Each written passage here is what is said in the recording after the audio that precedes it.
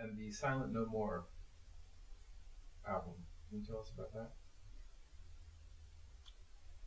When we became aware of the plight of Soviet Jews, I mean, we always knew that Jews had a very precarious existence in Soviet Russia. Although nominally there was no anti-Semitism in Russia, that was the law of the land had outlawed anti-Semitism. But that frankly had nothing to do with how Jews were treated, because they were always treated badly, treated as second-class citizens, discriminated against covertly and later even overtly, by insisting that the identity papers have the letter E, which stands for Yevrei, which means Hebrew, that other Russian identity papers didn't have. Well, okay. There was never much of an effort to free these people. You know, people that one knew might have relatives there and found it difficult to send them money, difficult to send them letters even. There came a time when there was a small movement to actually make the plight of Soviet Jews known to the world and to put pressure on the Soviet government to ease the lot of Soviet Jews, let them live or let them leave, was the slogan. American Jews at the time didn't take to this very readily, not until much, much later.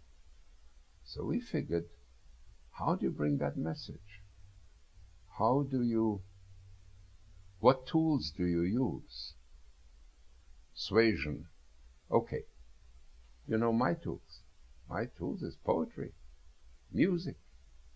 And as luck would have it, I made contact, or I was contacted by a Canadian scientist who had gone to the Soviet Union on a scientific mission, but who also made contact with Soviet Jews and made recordings of their music, what they sang in back rooms and in cellars.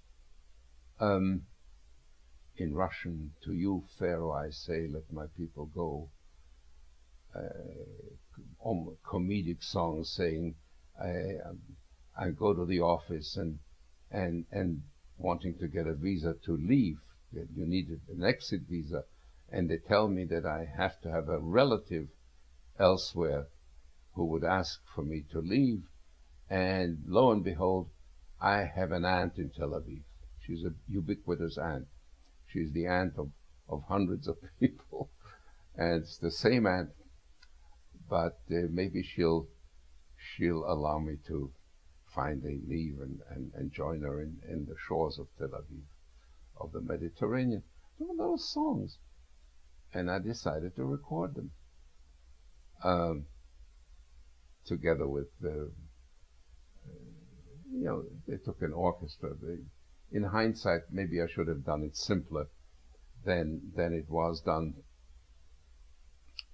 But be that as it may, these songs took on a life and also helped a great deal in the effort to acquaint American Jews with the plight of Soviet Jews.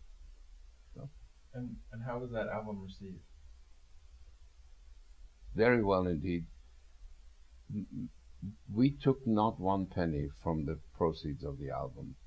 What we decided to do is to, whatever profit the album would make, would be devoted to a scholarship fund at the Hebrew University for young Soviet Jews who managed to get out. And to this day, that scholarship fund exists at the Hebrew University. And what year was that album?